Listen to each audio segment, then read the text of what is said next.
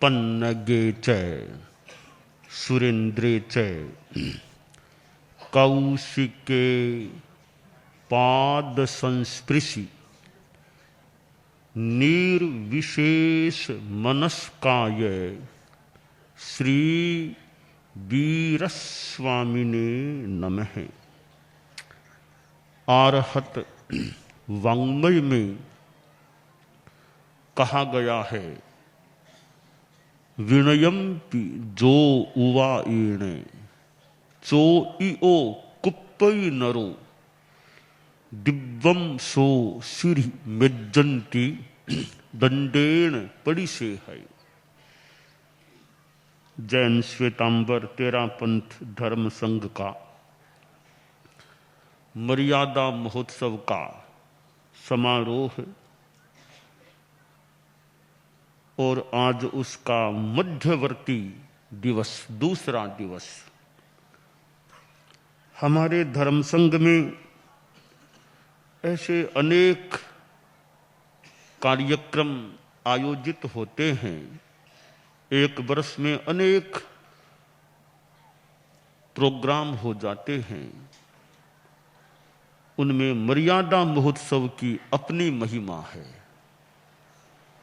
और यह एक हमारे धर्म संघ का वार्षिक महोत्सव जैसा समारोह होता है। चतुर्मास में कार्यक्रम होते हैं। चतुर्मास में जो साधु साध्वियां हैं अथवा कोई कल्प योग्य स्थिति आसपास में है, वे भले संभागी बन जाएं और तो सामान्यतया नहीं आ सकते, परंतु मर्यादा महोत्सव के कार्यक्रम में कितने दूर दूर क्षेत्रों में चतुर्मास करके साधु साध्वियां सहभागी बन जाते हैं। ठीक है, संख्या कभी कम कभी ज्यादा, यह तो यथा व्यवस्था यथा निर्देश हो सकता है। हमारा धर्म संघ, जिसका इतिहास करीब 262 वर्षों का है, महामना परम पूजनीय आचार्य भिक्षु के द्वारा उस समय यह स्थापित है जिस समय उनको कुछ लगा कि क्रांति की अपेक्षा है।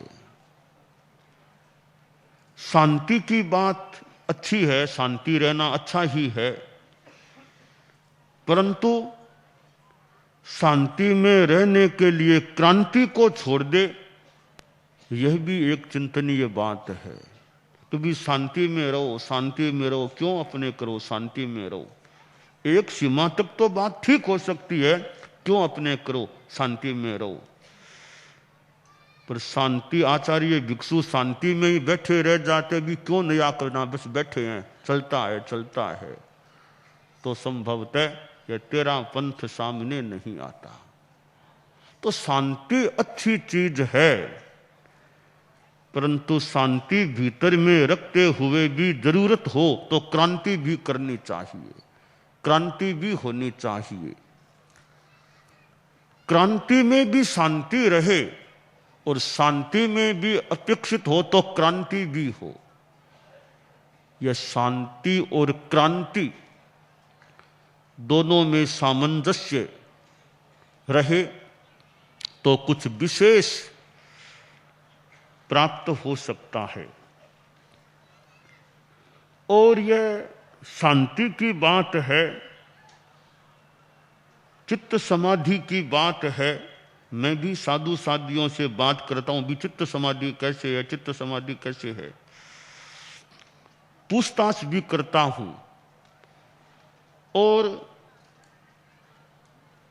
व्यावहारिक जगत में निमित्तों का भी अपना प्रभाव होता है, परंतु मेरे विचार में निमित्तों का मूल्य कम है, उपादान का मूल्य ज्यादा होता है। और शांति में भी बहुत प्रसंगों में देख लें, उपादान महत्वपूर्ण है। घड़ा बना है, उपादान कारण का योग है और निमित्त कारण का भी योग है। घड़े की निष्पत्ति में मृत्तिका कारण है, मिट्टी कारण है, वह उसका उपादान कारण है, यानी मूल कारण है। अब साथ में घड़े के निर्माण में निर्वर्तक कारण, बनाने वाले का भी योगदान है, कुछ साधन सामग्री का भी योगदान, तो वे सारे सहायक कारण हैं, निमित्त कारण हैं, मूल कारण नहीं है। तो मूल मूल है, उत्तर उत्तर है। अब जीवन के एक दर्शन जगत में अनेक बातों में संभवतः हम उपादान और निमित्त, इन दो नयों के या दो संदर्भों के आधार पर चिंतन करते हैं तो कई बातें स्पष्ट हो सकती हैं। शांति चित्त समाधि है, उसको रखना है तो उपादान तो खुद की साधना है, खुद का समभाव समता भाव है। अगर मेरे में समता भाव पुष्ट है तो दुनिया की कौन सी ताकत होगी जो मुझे अशांत बना दे। मेरे में समता पुष्ट, कोई बीतराग संत है, दुनिया के 1000 व्यक्ति आ जाओ, लाख आ जाओ, कुछ उत्पाद भी मचा दो, उस बीतराग साधु की शांति जो भीतर में है उसको कोई भंग नहीं कर सकता। क्यों नहीं कर सकता? उपादान मजबूत है, वह निमित्त का वश भी नहीं चलता है। मेरे में समता है नहीं, चित्त में उतना सदा हुआ स्वरूप नहीं है, छोटी सी घटना घटी मैं अशांत हो सकता हूं, मैं दुखी बन सकता हूं। क्यों? कि उपादान मेरा ठीक नहीं है, वो समता की साधना अपुष्ट है, संपुष्ट नहीं है। तो हमारे साधु साध्वियां समणियां हैं, उपस्थित हैं, बहुत बाहर भी हैं। हमारी चित्त समाधि वो ज्यादा तो हमारे अपने हाथ में ही रहनी चाहिए, वो बढ़िया बात है। अब कोई कुछ बोल दे तो हमारे क्या फर्क पड़ेगा? गाली सुनाने हुए गुमरा, हमारे साधु साधियां गाते भी होंगे भी गाली सुनाने हुआ गुमरा, तो गुरुदेव तुलसी का, तो गाली सुने से कोई गुमरे थोड़ी होती है, गाली दी तो दे दी, मैं क्यों दुखी बनूं? किसी ने कुछ बोला तो बोल दिया, थोड़ा काम नहीं किया तो मैं खुद कर लूं, मेरे हाथ अभी तो सक्षम हैं, तो मैं क्यों इतनी परावलंबिता रखूं?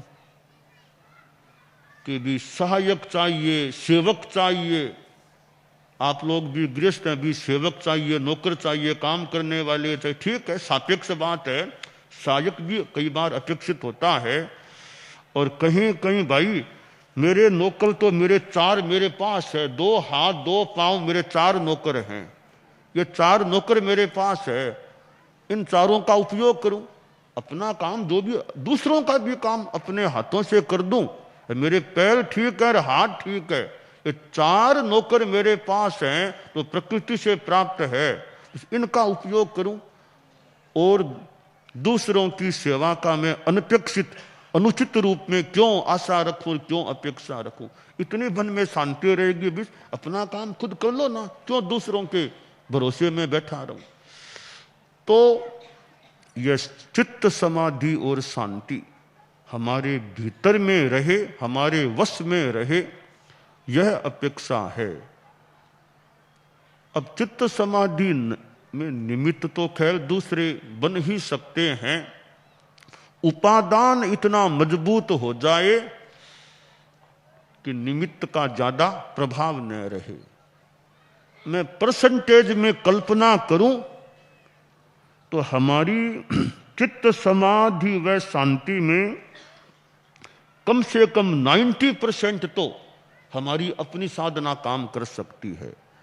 ज्यादा से ज्यादा 10% ये दूसरों के निमित्त प्रभावी हो सकते हैं हमारी चित्त समाधि के होने में। तो हमारा लक्ष्य तो यह, आदर्श तो यह होना चाहिए कि मैं अपनी चित्त समाधि की परवाह भी न करूं, मैं तो दूसरों की सेवा करूं। हमारे संत लोग बैठे हैं। अब मान लीजिए तुमको एक जटिल प्रकृति के अग्नि के साथ जाना है, तो तुम घबराते क्यों हो कि वहां जाएंगे, उनकी प्रकृति कठोर है, ऐसी है, बोलेंगे, ऐसे करेंगे। तो बोलेंगे तो बोल देंगे, तुम अपनी शांति रखना कि तुम जटिल प्रकृति वाले के पास भी रहने को तैयार हो कि चित्त समाधि मेरी क्या अपने आप भीतर में रह सकती है। तो यह तो बड़ी एक सेवा का काम, बड़ा बहादुरी का काम कह दें, सेवा का काम है। तुम सोचोगे नहीं नहीं वहां तो कैसे जाऊं, उनकी प्रकृति ऐसी है, मेरे तो वो ठीक है, वो ठीक है। अरे वो ठीक है, वो ठीक है, उनको भी तो ठीक चाहिए, कोई उनको भी तो ठीक चाहिए। तो तुम ऐसे ठीक रहो, वो बेठीक भी फिर ठीक बन जाए, ऐसा तुम करके दिखाओ। तो हमारे साथियां है कि मेरी चित्त समाधि तो अमुक सिंगाड़े में रहेगी, भी अच्छी बात है, उसका भी देखो मौका हो तो प्रयास कर ले कभी। अरे उस सिंगाड़े में कहां वो सिंगाड़ा, तुम कहां जाओगी, यहां सिंगाड़े हैं कि वो नहीं, वो सिंगाड़ा चाहिए। अरे वो क्यों, ये सिंगाड़ा देखो, तुम इनकी सेवा करो, इनके साथ रहो, तो यह तुम्हारी विशेष बात होगी। जहां जरूरत है वहां सेवा दो, वहां रहो कि मेरे मन की अनुकूलता वहां है, भले वो 500 किलोमीटर दूर है, 600 किलोमीटर दूर, उनके साथ जाना है मुझको, तो ठीक है, मौका आए तो वो भी कभी हो सकता है हो तो, पर अभी तो इनके पास रहो जिनको जरूरत है, जो कोई अस्वस्थ हैं, जिनको सहयोग की जरूरत है। तो 3 है तो 4 हो जाए, तुम्हारा सहयोग योगदान मिल जाए। तो मेरा चिंतन है कि हमारा दृष्टिकोण ऐसा बन जाए कि वैसे तो ठीक है, व्यवहार में देख लें कहाँ अनुकूलता, बाकी जरूरत है तो मेरी अनुकूलता नहीं, संघ की अनुकूलता चाहिए मुझे। संघ को जहां जरूरत में वहां जाने को तैयार हूं, ऐसा समर्पण का भाव हम सभी में पुष्ट रहे। तो तुम्हें कहां जाना, अरे कहां जाना, आप जहां चाहो वहां भेज दो, कोई मुझे दिक्कत नहीं है। किसी के भी साथ भेज दो, किसी को मेरे पास भेज दो, किसी को रख दो, कोई दिक्कत नहीं है। वो एक प्रकार की सेवा है। हम अपनी अनुकूलता को ही प्राथमिकता देते रहेंगे, वो कोई चिंतन बहुत बुरा तो नहीं है, बहुत उत्तम भी नहीं है वो चिंतन। तो मैं कभी मन में सोचता हूं कि वो अमुक साध्वी जी कहती है मुझे अमुक सिंगाड़े में भेज दो, वहां मेरा चित्त समाधि अच्छी रहेगी। ठीक है, उनका चिंतन कभी मौका आए देख लें। तो वो तो दूर है, अभी निकट वालों को देखो, अभी उनके साथ रहो, उनको साता पहुंचाओ। देखिए दूसरों को साता पहुंचाएंगे तो हमें साता संभवतः जरूर मिलेगी, उसका फल अवश्य मिलेगा।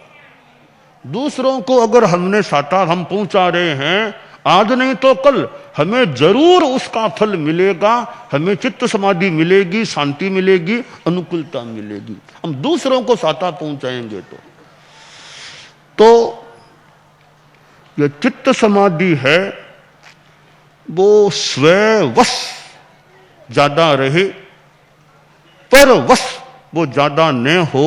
उसके लिए अपेक्षा है हमारा दृष्टिकोण भी उदार हो,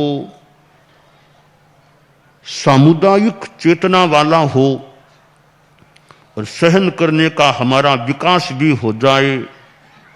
ठीक है, सबका तो विकास एक समान होना मुश्किल हो सकता है, पर जो ही हमारा दृष्टिकोण थोड़ा उदात्त बनता है, हमारे जीवन में दृष्टिकोण का बड़ा महत्व है। दृष्टिकोण ठीक हो गया तो हमारी दिशा कार्य बहुत ठीक हो।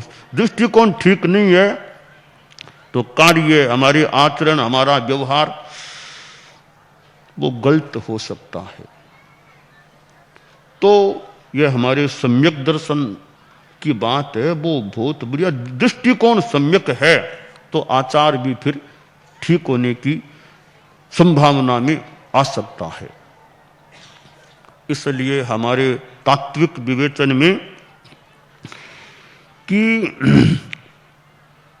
चारित्र है तो सम्यक तो होगा ही होगा, है ही।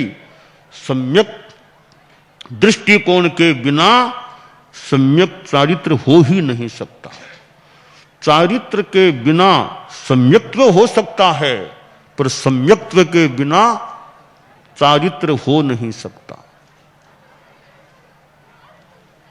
नत्थ चरितम सम्मत विहूणम दंशने उभयब्बम सिद्धंति सम्मत चरितम जुगवम पुव्यम तो सम्मतम, जो भी। तो यह दृष्टिकोण हमारा अच्छा रहे तो मैं यह जो व्यवस्था पक्ष की बात होती है, हालांकि ठीक है व्यवस्था में चित्त समाधि अनुकूलता मनोनुकूलता बैठ सके तो ठीक है, पर होना हमारा यह दृष्टिकोण चाहिए कि जरूरत है वहां रहें, कोई खास बात नहीं, सब हमारे ही हैं, सब हमारे ही हैं, वो मेरा तो ये भी मेरे ही हैं, सब हम एक ही हैं।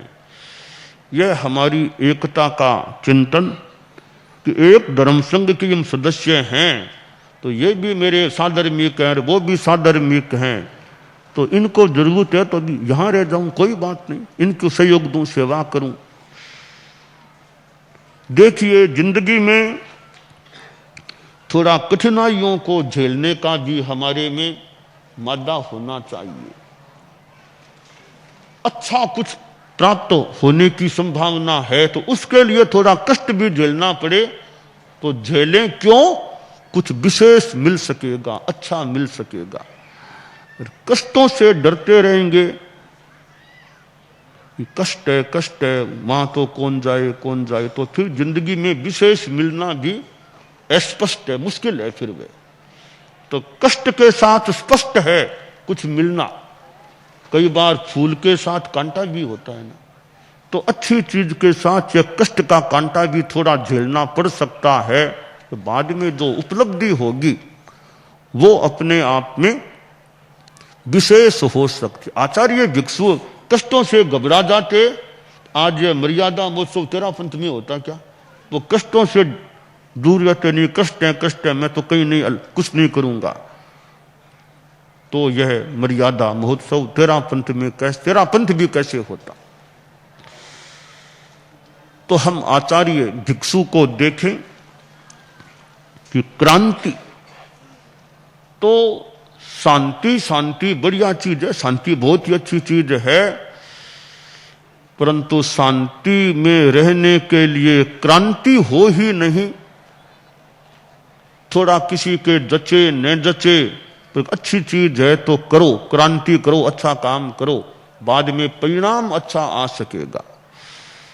हमें आपात और परिणाम, तात्कालिक स्थिति क्या, भविष्य की स्थिति क्या, हम इस पर ध्यान दें। एक कार्य आपात पटु, परिणाम कटु, करने में अच्छा, परिणाम खराब है। एक कार्य आपात कटु, परिणाम पटु, करने में थोड़ा कष्टकर है परंतु परिणाम अच्छा आने वाला है। तो आपात का मूल्य थोड़ा है, तात्कालिकता का मूल्य कम है, परिणाम उसका लंबे काल का अच्छा आए, उस पर हमें ज्यादा जीवन में ध्यान देना चाहिए। हमारा धर्म संघ है, इसमें आज्ञा का बड़ा महत्व है। आना, आगम का जो निर्देश, आगम की जो आज्ञा है, हमारे साधु साध्वियां समणियां यहां हैं बाहर हैं, आगम का स्वाध्याय करते रहें जितना आनुकूल्य हो, क्योंकि यह स्वाध्याय हमारा भोजन है, खुराक है। जितना टाइम मिल जाए, बाकी तो और भी काम होते हैं, टाइम जितना मिल सके तो आगम स्वाध्याय तो खुराक है। अब जैसे मान लो एक समय का भी अपना कुछ महत्व हो सकता है, किस समय कौन सा काम करे। अब देखो, जैसे अब सवेरे का समय है, चतुर्मास है, सवेरे का समय है। अब हमारे हाथ में अखबार है, सवेरे सवेरे अखबार हाथ में ले लिए, आधा घंटा, घंटा, सवा घंटा वो पढ़ते रहो पढ़ते रहो। तो सवेरे आगम पढ़ते तो कैसा रहता। सवेरे का समय है, टाइम कौन से टाइम में क्या काम करें। समणियां भी है, साधियां भी है, संत भी है। अब सवेरे सवेरे अखबार लेके बैठ गए हैं तो उस समय का जो दिमाग है वो तो अच्छा, कोई स्वाध्याय, कोई लेखन, कोई व्याख्यान की तैयारी, ऐसे अच्छे स्वाध्याय में लगे तो वो ज्यादा उपयुक्त संभवतः हो सकता है। कदाचित मान लो खास बात देखनी पड़े, देखनी हो।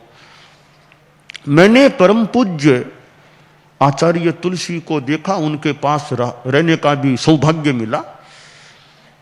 सामान्यतया संभवतः गुरुदेव तुलसी अखबार देखते तो थे, वो शाम को देखते थे, शाम को प्रायः आहार के बाद में फिर वो अखबार देखा करते। या कई बार वो मुनि श्री मोहनलाल जी स्वामी थे, वो आहार के टाइम गुरुदेव को सुनाते रहते। मुनि श्री मोहनलाल जी स्वामी रे बायतू के साथ उनका संबंध है। मुनि श्री मोहनलाल जी स्वामी आमेट बायतू।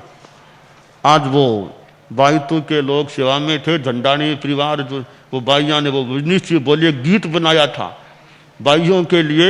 मोहनलाल जी स्वामी आमेट ने गीत, बाइया गाने लगी, बाइया संठी रही जो।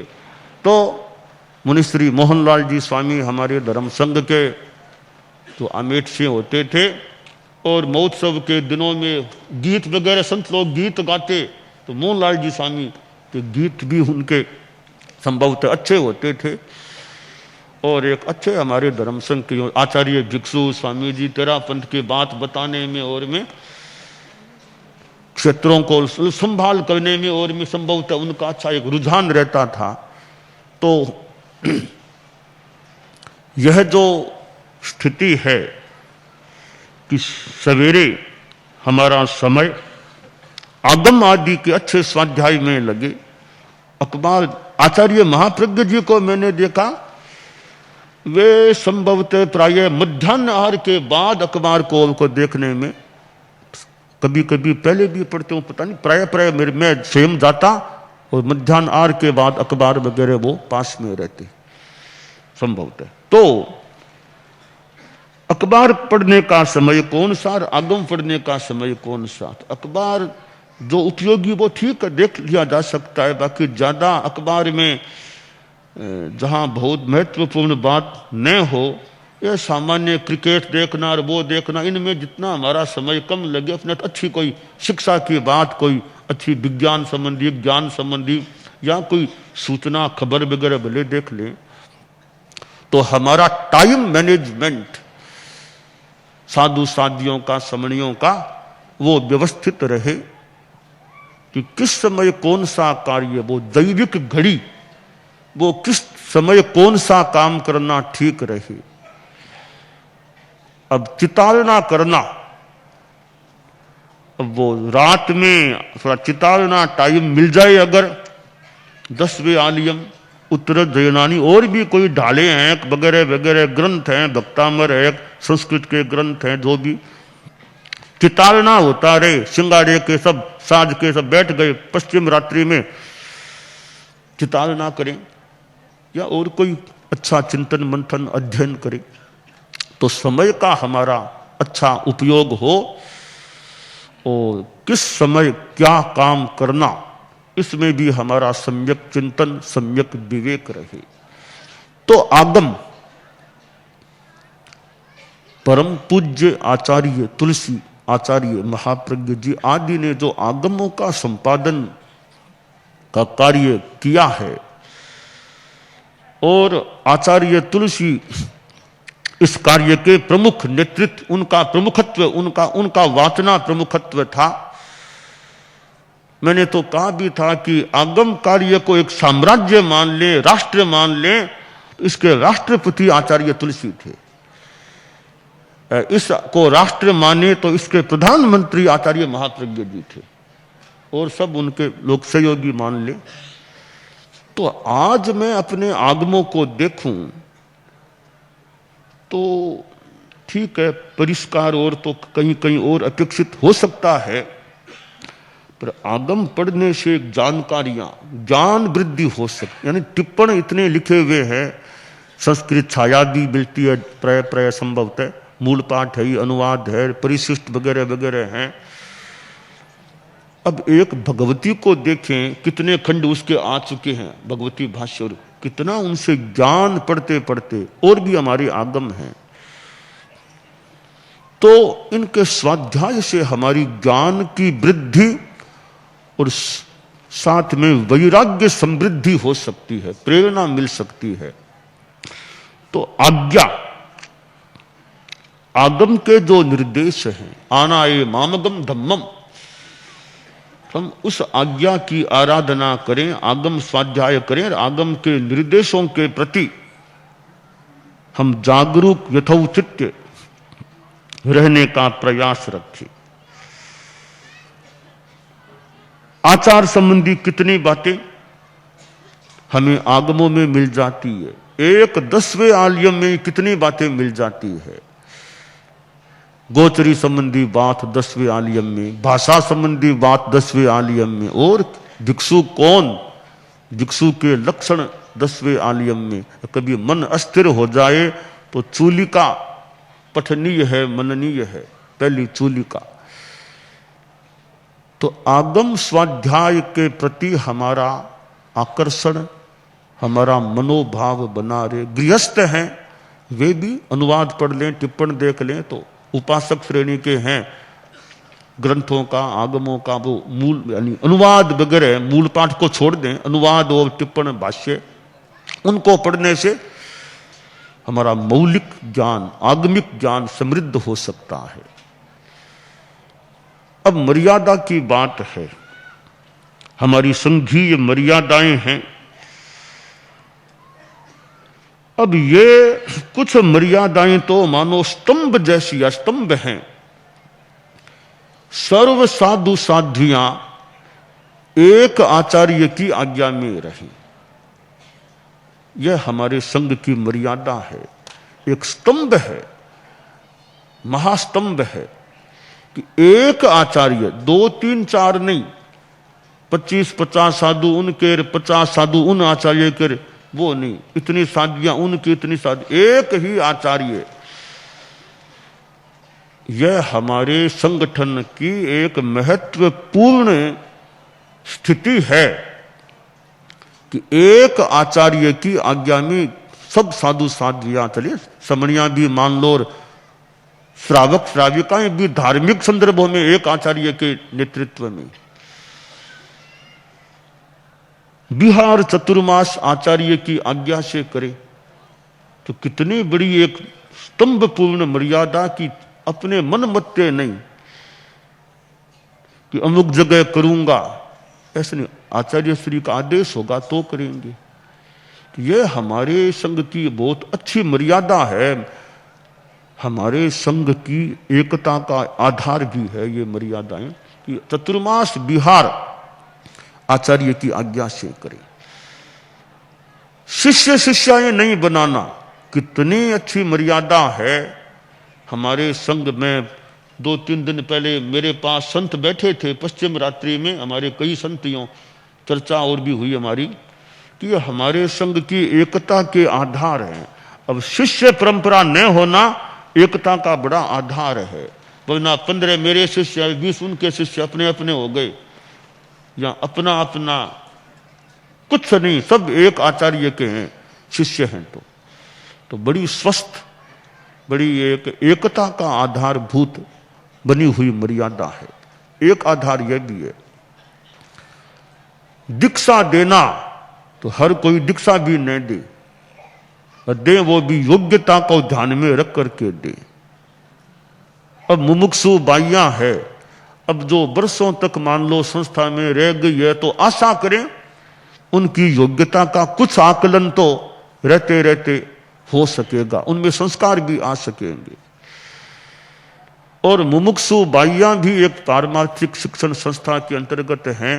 यह भी हमारी सुंदर व्यवस्था है एक, यानी आया कि दीक्षा जैसे नहीं, थोड़ा देखो परखो, कुछ संस्कार भी मिले, ज्ञान भी बढ़े। तो परम पूज्य गुरुदेव तुलसी के समय ये मुमुक्षु बाइयों की, मुमुक्षु नाम उस समय भले नहीं रहा होगा, पर यह पारमार्थिक शिक्षण संस्था बनी, जो हमारे तो अभी तो मानो शादियों की तो खान है, शादियां समनियों की लगभग प्राय प्राय मानो खान है, वहां से प्राप्त होती है। तो मुमुक्षु भाइयों का भी अच्छा प्रशिक्षण क्रम चलता रहे, ज्ञान वृद्धि हो, अच्छे साधना के संस्कार आए, तो योग्यता कसौटी है कि बाइयां भी भाई भी योग्य हो दीक्षार्थी। मैंने कहा वो जैन तत्व प्रवेश के 3 द्वार पहले याद कराओ, परीक्षा लो, फिर आदेश की बात है दीक्षा की, ताकि नव तत्व का उनको ज्ञान हो सके। नव तत्वों को बिना समझे थोड़ी एक कमजोरी रह सकती है। तो क्यों दीक्षा का आदेश चाहिए है? क्यों खड़ी हुई हो? दीक्षा का आदेश चाहिए क्या? हाँ हाँ हाँ हाँ, देखो देखो। तो योग्य दीक्षा हो। हमारी मर्यादा है कि उत्तराधिकारी का निर्णय वर्तमान आचार्य करे। यह कितनी बड़ी मर्यादा है। यह नहीं कि 25 आदमी बैठेंगे, कमेटी बैठेगी, साथ फिर कोई निर्णय होगा। हमारे यहां कोई कमेटी बिठाने की परंपरा नहीं है, अपेक्षा भी नहीं है। हाँ, चाहे तो आचार्य परामर्श करना हो तो कर लें, बाकी आचार्य जो निर्णय कर दे वो फिर धर्म संघ को मान्य हो, यह व्यवस्था परंपरा है। तो हमारे धर्म संघ की एकता की ये मर्यादाएं मानो स्तंभ रूप हैं, आधारभूत हैं। हमारे धर्म संघ को प्रासाद मान ले, ये मर्यादाएं स्तंभ हैं। तो मर्यादाओं के प्रति हमारी जागरूकता रहे कि मर्यादाएं हैं, और ये मर्यादाएं कुछ इतनी आत्मसात हो गई है। संभव, मैंने संतोष से कहा कि मन में नहीं आता होगा कि मैं शिष्य बनाऊं, मेरे 5 शिष्य, ऐसा मन में संभवतः प्राय नहीं आता होगा। इतनी वो सहज बात हो गई है। उत्तराधिकारी ऐसा नहीं कि साहब मेरा नाम भी हो, नामांकन हो, हम कौन, तो ऐसे तो कौन करता होगा, किसी भी संघ में क्या होता होगा। पर हमारे तो वो उम्मीदवारी की भी बात इतना प्रहार युक्त हो गई कि कोई उम्मीदवारी की मोटा मोटी स्पष्ट रूप में होती नहीं है, लगभग बात यह मान ले। तो मर्यादाएं हैं, वो हमारे लिए एक सुरक्षा कवच है, त्राण है। तो उनके प्रति भी हमारी जागरूकता रहनी चाहिए। श्रावकों की भी अपनी मर्यादाएं हैं, श्राविकाओं की, श्रावकों की। अब वो श्रावक संदेश का पुस्तक है, इसमें अनेक प्रकार की बातें हैं, त्याग, प्रत्याख्यान, सामायिक, पौषध, इनकी बातें भी है, और कुछ संस्थाओं संबंधी, कल्याण परिषद संबंधी, और अधिवेशन, सम्मेलन, गुरुकुलवास, प्रवास आदि आदि अनेक बातें हैं। वो एक पढ़ने से अनेक प्रकार की जानकारियां और पथ दर्शन प्राप्त हो सकता है। तो ये मर्यादाएं हैं, मर्यादाओं के ग्रंथों को पढ़ते रहें। श्रावक संदेश का भी कभी पढ़ते, जो कम से कम संस्थाओं के अधिकारी हैं वे तो उसको जरूर पढ़ लें, तो वो कहीं गलती न हो, उल्लंघन विधि का न हो जाए। आचार्य को हमारे धर्म संघ में सर्वोच्च स्थान दिया गया, और आचार्य की आराधना उनके निर्देश की, उनकी आज्ञा की आराधना, उनके इंगित की आराधना और उनकी सेवा शुश्रूषा। और प्राचीन काल में आचार्यों का अपना स्वरूप रहा होगा, आगे बढ़ा तो एक अपना थोड़ा विशेष स्वरूप हो गया, एक बहुत ही सम्मानपूर्ण स्थान हो गया। और आचार्य की आज्ञा को लांघने के त्याग कराई जाती है। आचार्य की आज्ञा को लांघने का त्याग है तुमको। तो एक विराट अधिकार हमारी परंपरा में आचार्य को दिया गया है। विराट कैसे? अब अग्रणी किसको बनाना है? अब कोई संतों के वश की बात नहीं कि किसी को अग्रणी बना दे। प्राय मान लो किसी के वश की बात नहीं है अग्रणी किसी को बना दे। कौन साधु किसके साथ जाएगा रहेगा, आमतौर से किसी के हाथ की बात नहीं है। ये मुनिश्री धर्मविचित जी स्वामी कई वर्षों पहले एक बार पधारे थे। उसका बात का भाव था उनके कहने का, हम और चीजें तो संतों से मान लो प्राप्त कर लें, मान लो आर पानी संत कोई ला दें, तो साधु तो हमें आपसे ही मिलेगा। तो साधु की मांग तो आपसे ही करनी पड़ेगी। आपने कई वर्षों पहले की बात है, कई वर्ष पहले संभवतः एक बार बात हुई थी। तो और चीजें तो मान लो संत भी कोई हमें लाकर दे दे, हमें साधु चाहिए वो तो आपसे ही मिलेगा, और तो कौन देगा हमको। तो आचार्य के पास यह पावर अधिकार है कि साधु सेवृत्ति देना है। यही बात साधियों की है मोटा मोटी रूप में।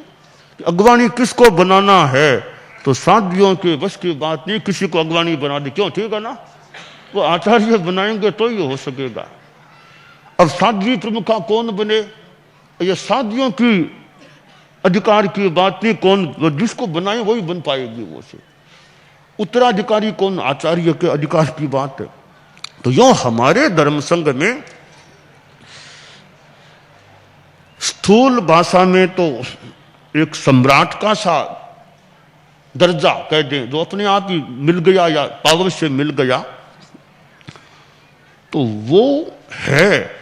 इसके दूसरे पक्ष में हम देखें, वो तो एक बात, दूसरे पक्ष में देखें कि आचार्य पर कितना दायित्व आ जाता है। पावर तो मिल गया, पर उस पावर को पचाना, पावर को निभाना, वो भी कितना फिर बड़ा काम हो जाता है। पावर है, वो ठीक तरह पावर को काम में न लिया जाए तो भी एक बढ़िया बात नहीं। तो यह अधिकार दिया गया है कि कितना बड़ा अधिकार है, उतना ही भार है आचार्य पर कि वो कैसे अपने अधिकारों को ध्यान में रखते हुए सम्यक व्यवस्था दे सके, कर सके। तो अधिकार मिल गया, पर उसका वो फिर भार है, भार को अपने कार्य में फिर वो जागरूकता रखे तो ठीक बराबर। इतना पावर मिला, इतना अधिकार मिला, साथ में इतनी उनमें जागरूकता सक्रियता रहे तो बैलेंस बैठेगा, संतुलन होगा। अधिकार आ गया और वो ठीक उपयोग नहीं हुआ अधिकार का। वो आचार्य के कहते हैं कि 5 भव होते हैं। आचार्य के उत्कर्षतः 5 भव आगम में, जो वैसे 3 है पर 3 की व्याख्या करें तो 5 मान लेते हैं। वो 5 कैसे हम कल्पना करें कि वो आचार्य पर जो यह कार्य का दायित्व होता है, श्रुत का हो, ज्ञान का हो, व्यवस्था का हो, आचार का हो, उसका वो सम्यक नियोजन पालन करते हैं तो उनके इतनी निर्जरा हो जाती होगी कि 5 जन्म उनके मैक्सिमम अधिकतम होते हैं। तो आचार्य की आराधना, अब आचार्य हैं, उनको समर्पित समुदाय मिले तो वो अपना काम बढ़िया कर। वापस तीसरी बात देखें, आचार्य काम करेंगे भी कैसे? सबका योग मिले तो वो अच्छे सफलता से काम कर पाएंगे।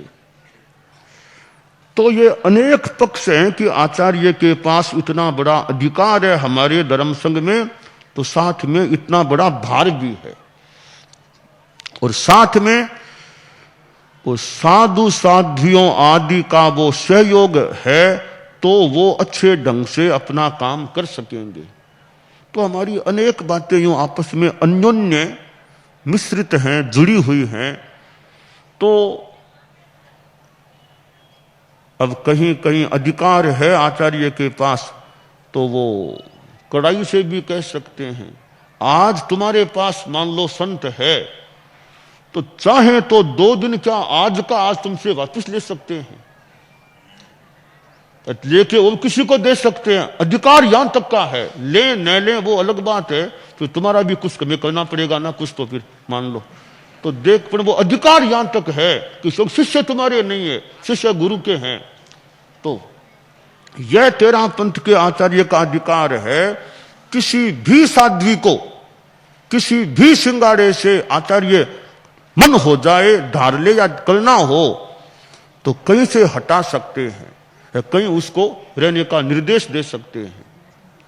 यह अधिकार है। तो साथ में भार है कि भाई व्यवस्था अच्छी रहे, जहां है वहां भी कठिनाई ज्यादा न हो जाए। वो उन पर भार भी है कि भार वो कि मैं कैसे वो निर्णय करूं कि न करूं। तो अधिकार के साथ भार है। इसलिए देखने में कि इतना बड़ा अधिकार है, बहुत बड़ी बात है तेरा पंथ धर्म संघ में कि इतना अधिकार आचार्य के पास है, पर साथ में वो दायित्व का भार भी है। उस भार का अनुभव भी होता रहता है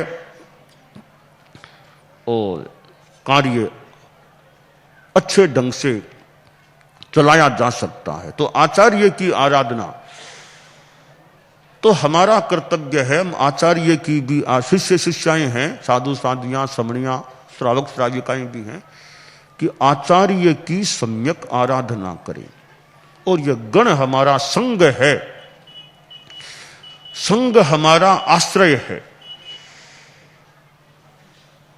और एक इतना व्यवस्थित संघ हमें प्राप्त है, हमारी परंपरा से ही मोटा मोटी प्राप्त है, और आगे उसमें कुछ जोड़ा भी जाता है, जा सकता है। तो ऐसा गण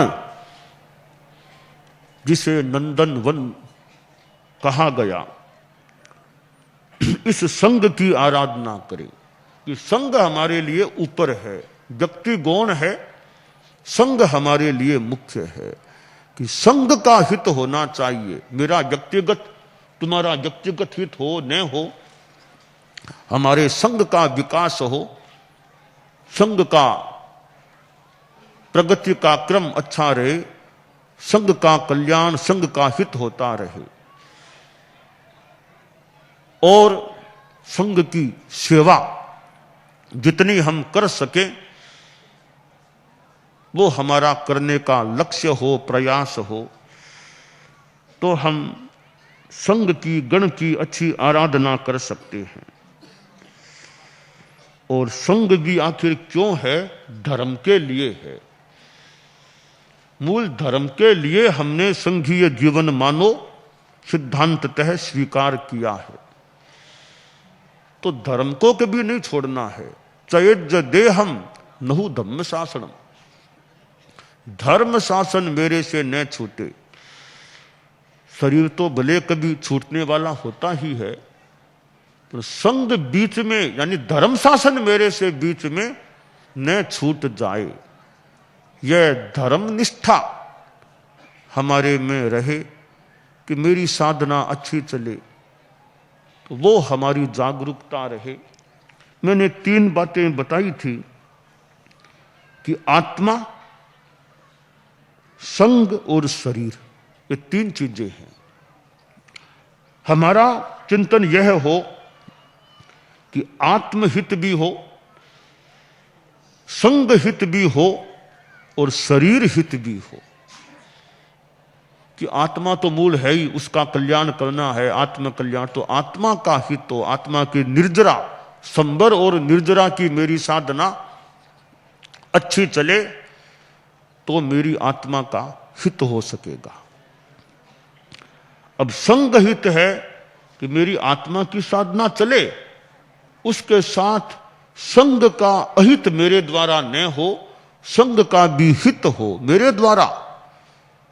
जितनी संघ की सेवा हो सके मैं वो करने का प्रयास करूं कि संघ मेरे लिए है, मैं संघ का हूं, संघ मेरा है, तो मैं संघ की सेवा के लिए अपना कितना योगदान दे सकता हूं। अनेक रूपों में संघ की सेवा की जा सकती है। हमारे साधु साध्वियां हैं, कोई दिमागी सेवा कर सकता है, दिमाग से सेवा, दिमाग में चिंतन से, लेखन से, साहित्य निर्माण से, सूझबूझ से अच्छी सेवा दे सकता है। कईयों के पास दिमागी शक्ति होती है, बौद्धिकता होती है, सूझबूझ होती है, विवेक शक्ति होती है, तो वे अपने दिमागी कार्यों से भी संघ की बड़ी सेवा कर सकते हैं। कब क्या होना, किसी स्थिति से कैसे निपटना, कैसे हमारी व्यवस्था अच्छी रह सके, साधु साधियों को अनावश्यक कष्ट न हो, कैसे उनकी सातापूर्ण व्यवस्था हो।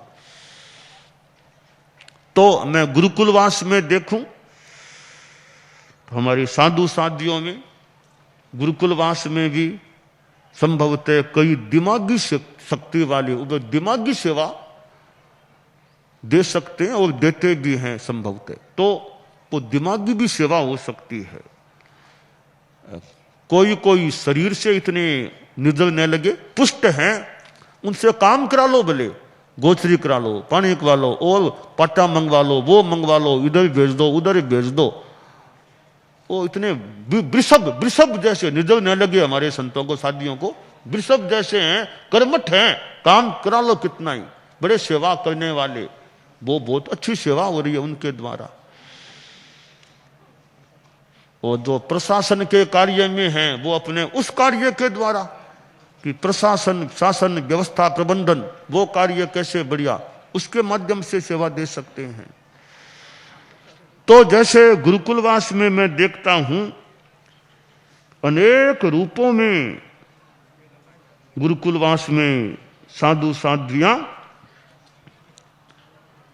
अपने दिमागी शक्ति के द्वारा भी और शारीरिक शक्ति के द्वारा भी और वचन की शक्ति के द्वारा भी अपनी सेवाएं देते हैं। क्योंकि यह तो केंद्र है, केंद्र, यहां तो बाहर की भी बातें और कई चीजें, इतनी संस्थाएं हैं और हैं, तो यह भी बड़ी सेवा है। छोटों को भी संभालना, उनको भी सिखाना, पढ़ाना, तैयार करना। साधियों में भी कई नई साधियां होती है, उनको भी संभालना, औरों को भी कहीं पढ़ाना करना। अब कोई अध्यापन में रुचिशील है, दिन में 2 क्लास लगवा लो, 3 लगवा लो, बंचा लो, कोई आया तो उसको अर्थ बता दो, यह भी सेवा है।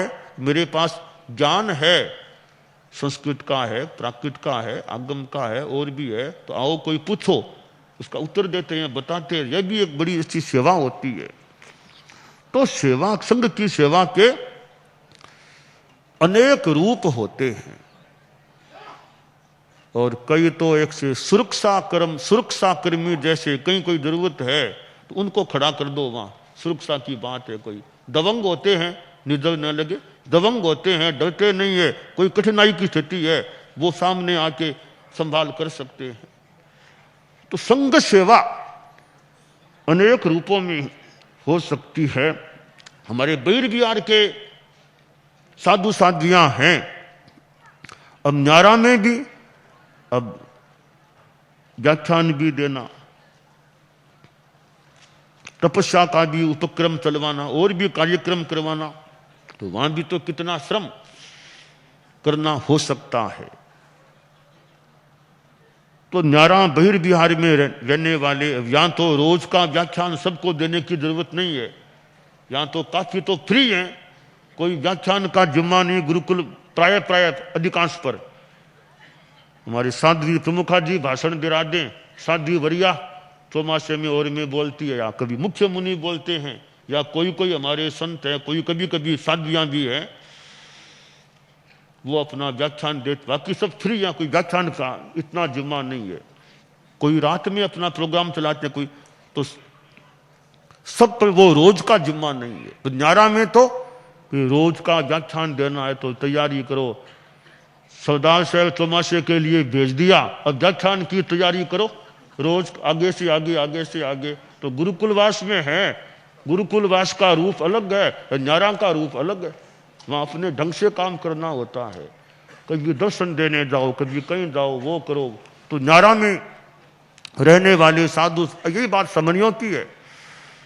बात तो मोटा मोटी एक ही है, थोड़ा सा अंतर है, 6-7 फुट का अंतर है, इतने नीचे है। वो तो बात वो की वही है। वो आखिर चीज मोटा मोटी एक ही है, कुछ व्यवस्था आचार का अंतर है। वही न्यारा में काम करना है। लाडनों में रहते हैं तो वहां भी काम, भले रोज का व्याख्यान नहीं भी हो, इधर मान्य विश्वविद्यालय में सेवा देना और कोई काम आदि करना। तो अनेक रूपों में सेवा दी जा सकती है। हम अपने अपने बूथे के अनुसार, औचित्य के अनुसार संघ की सेवा करने का प्रयास करते रहें। इधर साधु साध्वियां समणियां हैं, बहुत सेवा काम उनके सामने है। समाज में देखें इतनी संस्थाएं हैं, उपासक श्रेणी, उनके पास भी सेवा का काम है। मुमुक्षु भाइयों को तैयार होने है, वो मैंने सेवा की बात मैं देखूं तो समनिया तो खैर बहुत सेवा दे चुकी है शादियों को। कभी कभी मैंने मुमुक्षुओं को भी शादियों के लिए भेज दिया था। यानी वो 2 साध्वियां वो जा रही थी, कोई किशनगढ़ से उधर सुजानगढ़, तो और कोई कठिनाई में कहा मुमुक्षुओं को सेवा का मौका दे। तो फिर वो लाडनों से वो मुमुक्षु भाइयां रास्ते में उनके साथ वो सेवा में चली गई, यानी वो एक रास्ते की सेवा में रह गई। एक बार वो लाडनों से विदा से कोई भेजना फिर वापिस आना, तो अकेली साध्वी थी, अकेली साध्वी है, तो फिर वो मैंने थोड़ा इंगित दिया तो मुमुक्षु भाइयां साथ होके उनको लेके आ गई। तो ये समनिया फिर मुमुक्षु भाइयां, मुमुक्षु का विशेष हम सीधा काम प्राय नहीं लेते हैं, तो कभी कभी इस रूप में जो अकल्पनीय भी न हो कि रास्ते में सेवा करना साध्वियों की, कभी कभी ऐसा भी काम पड़ जाता है। और मुमुक्षु भाइयां गोचरी कराने में भला लाभ ले, साध्वियों को गोचरी बहराने में और में। तो सेवा के रूप अनेक हैं, संघ हमारा एक है, सेवा अनेक और संघ एक है। तो हम इस संघ की सेवा के लिए स्वयं को नियोजित करने का प्रयास रखें। और यह हमारा मर्यादा महोत्सव का आज दूसरा दिन है। आचार्य महाप्रज्ञ जी का आचार्य पदारोहण दिवस भी आज के दिन है। आज के दिन गुरुदेव तुलसी ने उनको आचार्य पदाभिषेक किया था, और वह मानो अद्वितीय सादृश्य था कि कोई गुरु साक्षात अपने उत्तराधिकारी का आचार्य पदाभिषेक करे। तेरा पंथ का एक ही प्रसंग है, क्यों ना और कोई है क्या?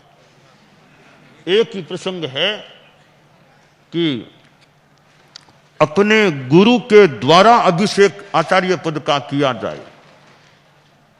तो आचार्य महाप्रज्ञ जी इस बहाने में विलक्षण आचार्य थे, अपने गुरु के द्वारा उनका पदाभिषेक हुआ था। और आचार्य तुलसी को ऐसे उत्तराधिकारी मिल गए, अपना आचार्य पद भी उन्होंने छोड़ दिया और आचार्य महाप्रज्ञ जी में उसे सन्निहित कर दिया। तो आज के दिन हमारे धर्म संघ को 10वीं अधिशास्ता के रूप में, औपचारिक रूप में अभिषेक के साथ आचार्य महाप्रज्ञ जी प्राप्त हुए थे। तो मैं आचार्य महाप्रज्ञ जी का भी अभिवंदन करता हूं कि उनका अपना एक व्यक्तित्व था। करीब 13 वर्षों तक मुझे उनके पास एज युवाचार्य के रूप में मुझे रहने का मौका मिला। पहले महासमण के रूप में रहा, पहले मुनि के रूप में थोड़ा उनके आसपास कभी कभी काम पड़ा। तो लंबा मेरा यूं उनके साथ, उनके सानिध्य में रहने का क्रम रहा था। और आचार्य महाप्रज्ञ जी की महत्ता, उनकी महत्ता थी, उनका व्यक्तित्व महान था, उनमें गांधीर्य का दर्शन हुआ यथासंभवतया। और कैसी महत्ता भूलने वो तो बात में। एक बार मैं गया, छोटा ही था, बहुत बड़ा नहीं था संभवतः। मैंने निवेदन किया कि आज वो गोष्ठी है, तो बात का भाव यह कि गोष्ठी में आना जरूरी नहीं, वो तो आज मेरे दूसरे काम में मैं नहीं आऊं। मैंने इस बच्चा से मान लो कह दिया मैं नहीं आऊं, दूसरे काम में मेरे। तो अब देखिए महाप्रज्ञ जी की महत्ता, गुरुदेव की उत्तर क्या देते हैं मुझे कि देखो गोष्ठी में तुम्हारा रहना जरूरी तो है, उपयोगी जरूरी है, जो भी शब्द था उनका जरूरी है, फिर भी तुम्हारे काम वो तो भले आज बताओ। अब कितना बढ़िया उत्तर दिया मुझे कि तुम्हारा रहना जरूरी है, यानी मेरे को मेरी महत्ता बता रहे, तुम्हारा रहना जरूरी है गोष्ठी में, यानी मेरा भी कितना महत्व है। यह मुझे ऐसा नहीं कहा ठीक है बताओ, ठीक है बताओ को बताओ, ये आना तुम्हारा जरूरी है, उपयोगी है, फिर भी काम वो तो भले बताओ। ये उनकी महत्ता थी। वो झटपट यों आवेश में नहीं आते थे। कोई झटपट आवेश में कोई बहुत ज्यादा कड़ा उलाना दे, बहुत कम काम पड़ा होगा, आवेश उनमें आ जाए, यूं कोई लाल पीड़े हो जाए, ऐसी स्थिति उनमें मैंने तो संभवतः विशेष कोई देखी नहीं होगी। और विश्वास, अब मुझे युवाचार्य बना दिया, धीरे धीरे इतना मुझे खुलापन यानी अधिकार सा दे दिया कि मैंने संदेश किसी को दे दिया तो दे दिया, निर्देश दे दिया, इतना मुझे खुली छूट से मानो उनकी ओर से मुझे मिल गई या मैंने ले ली, जो भी हो वो। यह उनकी बड़ी कृपा, उदारता, महत्ता मिली। और बड़ों का वो वात्सल्य का संपोषण मान ले। और मेरे नाम के आगे जी नहीं लगाते, वो औरों के जी लगाते थे। दिनेश जी, दिनेश कुमार जी के, सुमति कुमार जी के, अनुशासन कुमार जी, मेरे नाम के जी नहीं लगाते वो। मां समण तो औरों के जी लगाते, कईयों के जी लगाते वो, रजनीश जी, तो मां समण जी नहीं बोलते लगभग। क्यों? मां समण मेरे नाम जी नहीं लगाते। हाँ आगे ठीक, मां आगे सम्मान की बात है, आ जाओ बैठ जाओ, पर नाम में जी नहीं लगाते मेरे नाम। यह उनकी कृपा थी, विशेषता थी कि मेरे नाम के साथ वो जी का उपयोग नहीं करते थे। महासमण जी संभवतः एक बार भी मुझे याद नहीं कभी महासमण जी मुझे कहा हो। आचार्य महाप्रज्ञ जी, उनमें ज्ञान का जो विकास था, कितना संस्कृत भाषा का उनका ज्ञान, आगम का, प्राकृत का, अंग्रेजी का भी कुछ ज्ञान, और कितने ग्रंथ पढ़े हुए, कैसा उनका प्रवचन। और एक अवस्था के बाद भी उन्होंने यात्राएं कर ली, कहाँ बॉम्बे, कहाँ खानदेश, कहाँ मध्य प्रदेश, कहाँ हरियाणा, पंजाब।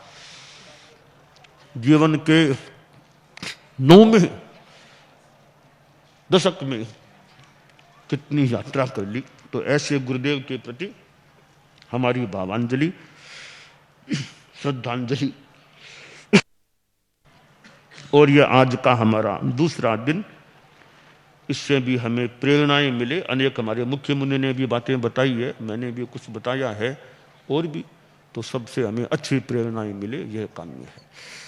दानान सिद्धम अभयपयानम सच्चेषु या अनवज्जं वयन्ति तवेषु या उत्तम बंभचेरम लोगुत्तमे समणेनाय पुत्ते।